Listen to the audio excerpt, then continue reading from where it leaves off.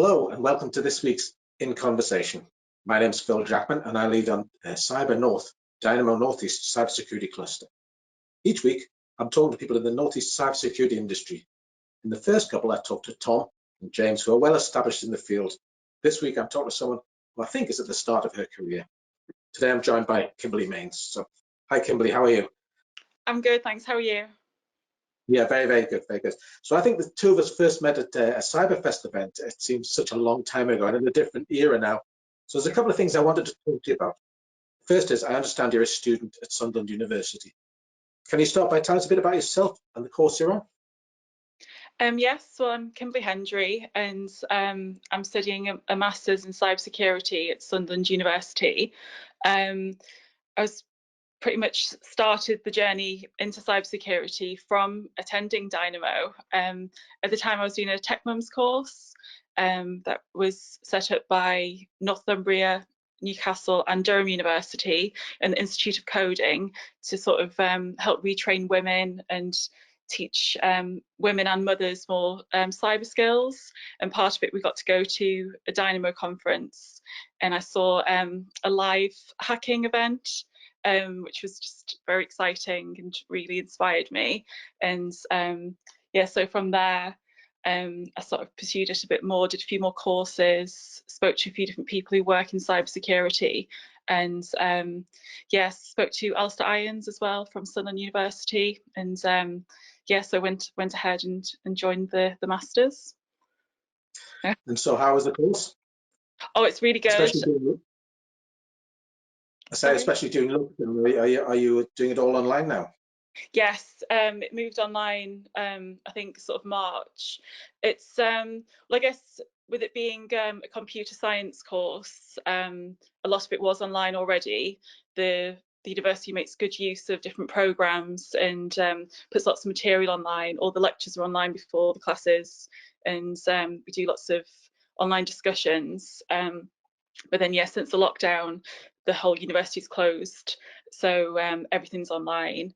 But we're having online lectures using conferencing, online presentations, things like that. So yeah, we're quite far through the course already, went into the last two modules. So we're doing cybersecurity and user design, and what's the other one we're doing? Oh, incident response and cyber resilience. So the cyber resilience one is using like a virtual machine and Kali Linux to assess a breach as part of an assignment. So that's all online.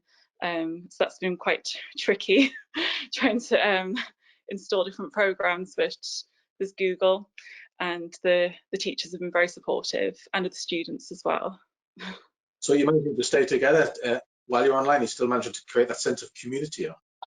Yeah, I mean, it's not the same as being in the room with each other. I was just thinking the other day how we'd have these amazing discussions all together from different perspectives, because there's quite a varying experiences on the course. There's lots of police, there's lots of computer science graduates, and there's a few people retraining, so there's lots of different experiences.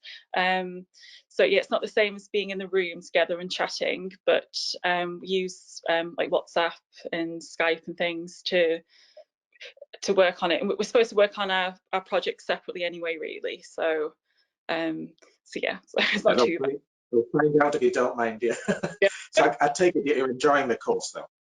Oh, I am. It's I guess because of being older as well, I've worked for years, so then to go back into education, you really, really appreciate it. It's such a pleasure to be able to sit and think and take time to digest things and learn new things. It's very exciting.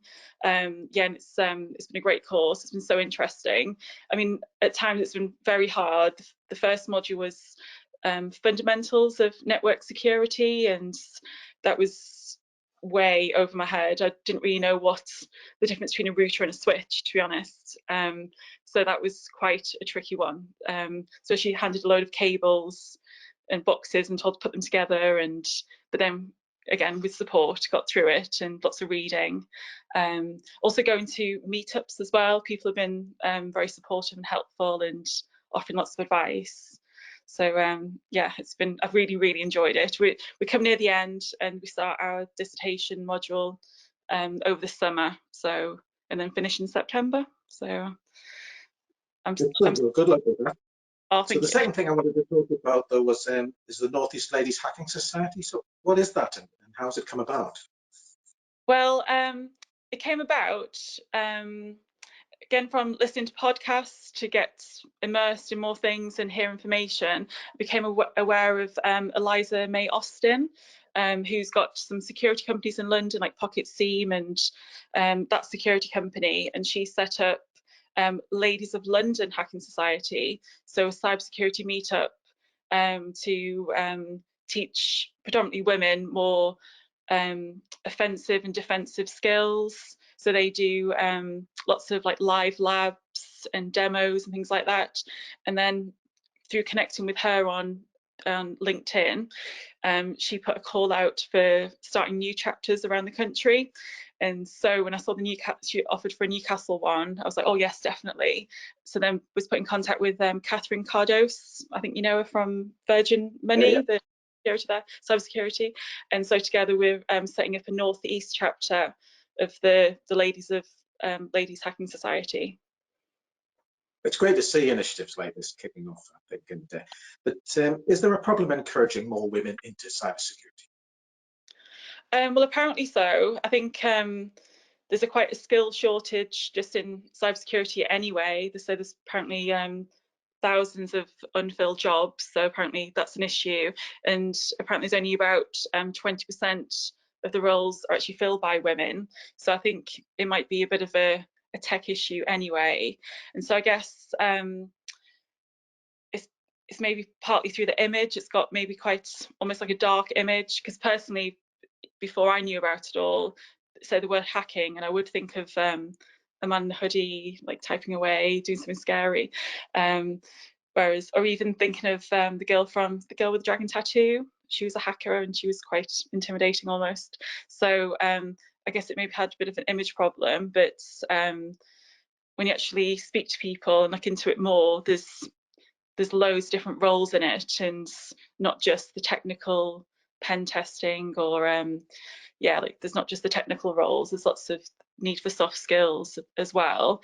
So yeah, so I guess anything that helps diversity and inclusion is a good thing. I think we were both at a talk where there was a researcher talking about using AI with driverless cars, and they did it over in Sweden and then moved it to Australia. And The kangaroo, yes, that's it. yeah, so I guess if you have those blind spots where you only have the same people putting certain things in or same points of view, if everyone's the same, then it does leave you blind spots and it's not ideal. So I guess anything that increases diversity and different perspectives is a good thing. So yeah, I think the name ladies and hacking doesn't really go together that well, so maybe that makes it a bit more interesting. But there's no reason why women can't make a great career within cybersecurity.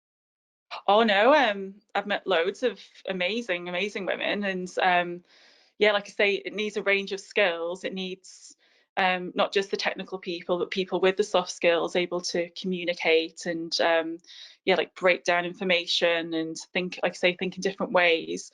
There's things like people working like compliance, and yeah, there's lots of parts. So there's no reason at all. So we're hoping by setting up this society, we'd always planned to do online talks anyway, even before the lockdown, to try and make it more inclusive. Because I know myself, being a mother, I sometimes find it hard to get to meetups in evenings or not wanting to be out too late. So we always plan to have physical ones, but then have them online and recorded, so they could be like a resource to people, and people who couldn't make it out the house could then also attend. So yeah, our first one's going to be mid-May. We're just finalising before we just do the last little push. So yeah, the first one will be in May, and that'll be an online meetup with some talks by women in cybersecurity and a bit of skill sharing as well, and demos. So we'll let you know.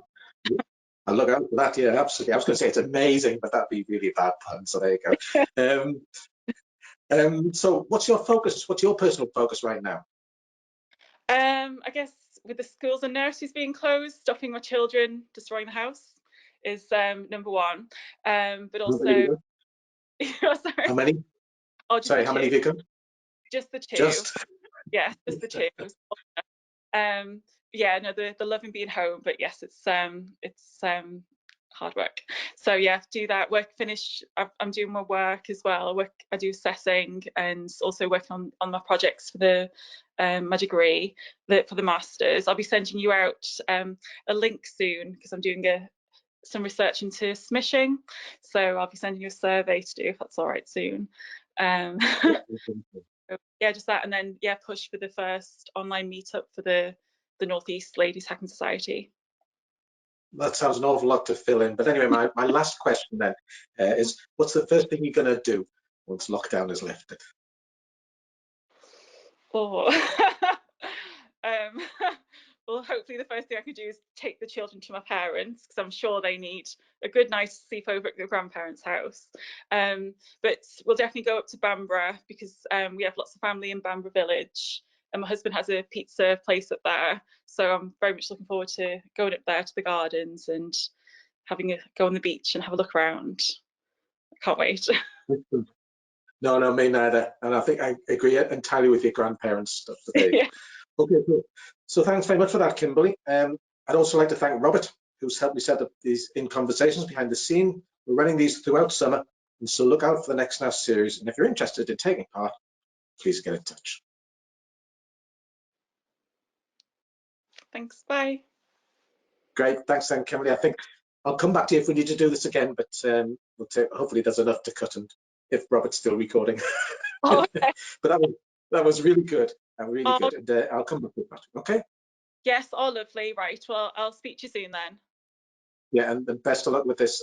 Whatever help I can be with the ladies is great. But Oh, thank you. I think to get this started, it might be better not to have me in the beginning one. Yeah.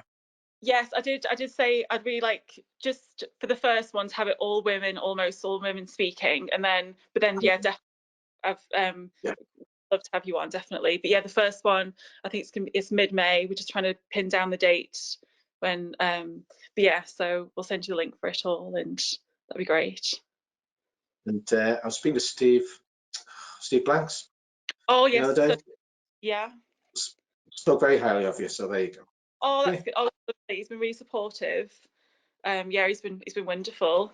So yeah, I really hope everything's all right by September, so we can go back and go over and do Cyberfest. Yeah. So what we're trying to do is to arrange it so that they're either can be done physically or online. I suspect we'd be limited to numbers. You know what I mean? And Right. anyway, I shall come back to you, Kimberley, and thank you very much. Okay. Oh, Cheers now. bye. Bye bye now.